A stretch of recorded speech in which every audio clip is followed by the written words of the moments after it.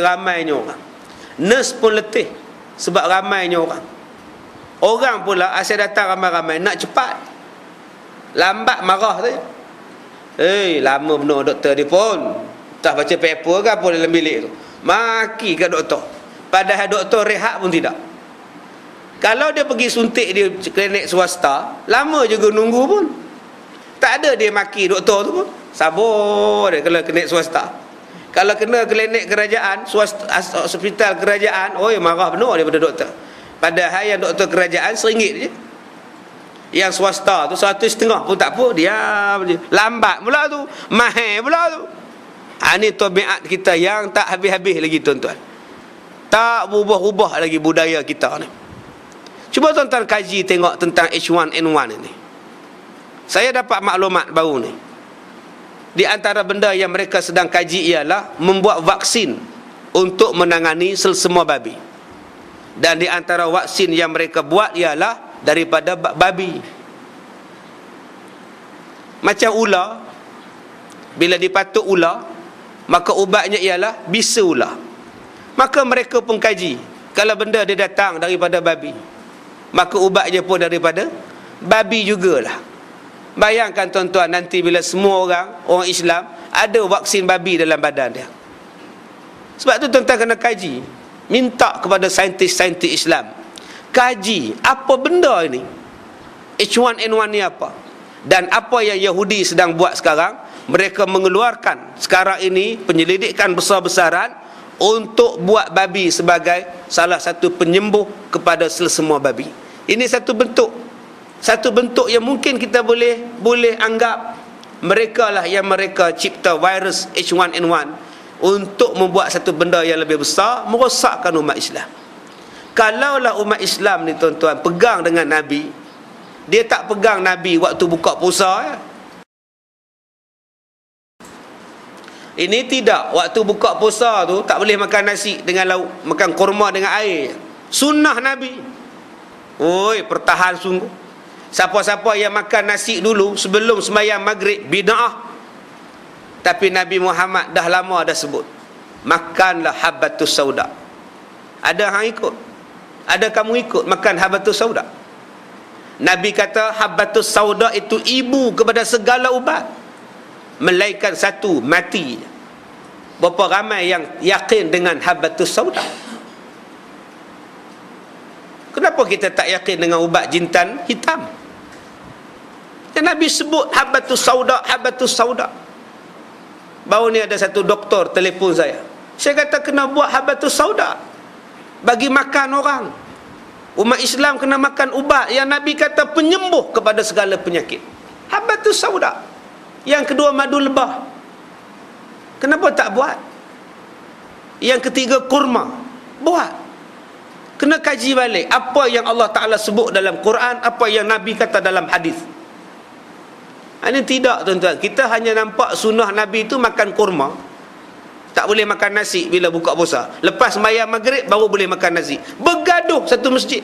Masalah nak kurma dulu atau nak nasi dulu. Kecil sungguh pemikiran orang Islam tuan-tuan. Sempit sungguh pemikiran orang Islam. Tapi berapa ramai doktor-doktor yang percaya pada hadis Nabi. Ubat itu datang daripada habbatus sauda. Saya, anak-anak saya tuan-tuan, saya dah bagi makan habbatus sauda ni. Start daripada H1N1 ni duk cerita, kita dah bagi makan. Sebelum ni saya seorang je makan. Orang selalu datang jumpa saya, minta saya jadi duta produk kopi itu, kopi ini. Sebab mereka kata kami tengok ustaz ni sihat, ceramah sehari berjam, bertempat-tempat dan berjam-jam. Bukan setempat, bertempat-tempat. Kalau setempat tu pula berjam-jam. Ceramah subuh di AU4, nanti pukul 9 di Kemensah, nanti pukul 6 di Masjid Ar-Ridwan Hulu Kelang, nanti pukul 9 malam di Masjid As-Sabirin. Tak nampak pun ciri-ciri letih. Ustaz makan apa? Itu yang datang hantar pada saya produk suplemen punya makanan tambahan. Ustaz makan ustaz untuk kesihatan. Tak ambil, dia dah hantar. letak juga lah di bawah meja. Bulan depan dia datang, dah makan ustaz? Belum, ada lagi situ. Ada yang ambil suruh jadi ahli, minum kopi ni, minum herba ni, menyembang berjam-jam. Kita ni sibuk, tak masuk ahli tak balik. Masuklah ahli RM25 baru balik. Bagi kita kopi, ustaz minum kopi ni, cuba rasa perbezaan dia. Minggu depan dia datang siap buat kamera lagi, nak tanya apa pendapat, bagus tak bagus. Kalau bagus, buat macam ni. Nanti keluar dalam majalah, Ustaz Kazim pun minum. Sebab tu saya tak mau, minta maaf. Saya jumpa dengan Mufti Perak ketika buat rakaman di Radio Perak, nyembang dengan dia, Datuk Seri. Masa tu dia belum Tan Sri. Saya kata, Datuk Seri, betul ke ubat yang tu untuk kencing manis tu? Tengok Datuk Seri begini dia pegang. Mana ada anak tak tahu apa. Mereka datang bulan depan, mereka suruh anak makan. Anak pun makanlah sebungkus. Lepas tu datang pula, bulan tu datang pula. Dia tanya ke anak, bagus ke kopi hak bagus hari tu? Takkan nak kata tak bagus, benda free. Bagus. Datuk Seri, tolong buat macam ni Datuk Seri. Dia pun buat keluar surat khabar tuan-tuan. Mufti Perak pun minum. Dah tuan-tuan. Inilah penyakit orang jual. Sebab tu saya tak mau.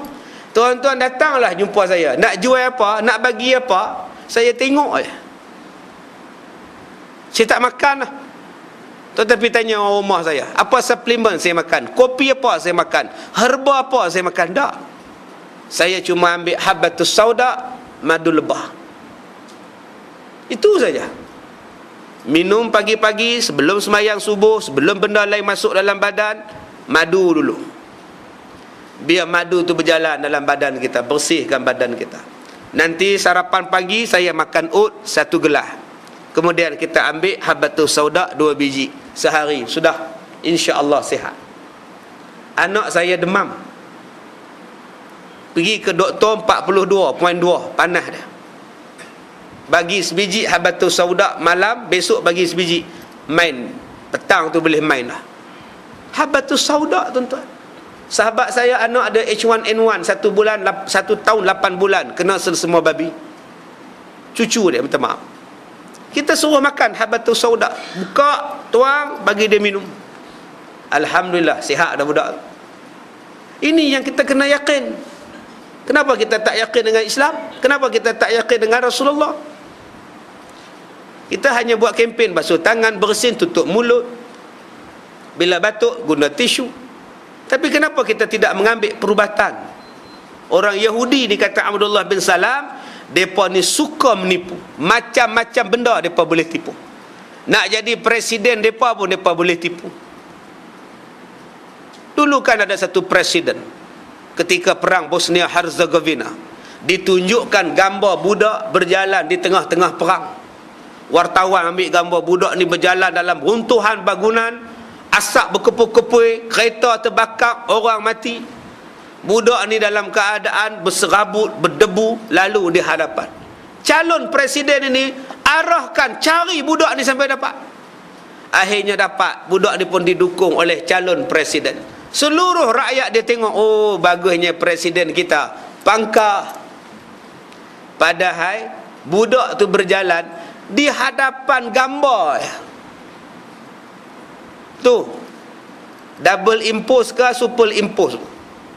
Gambar tu gambar perang di Bosnia. Budak tu dipakaikan baju orang susah, jalan action saja.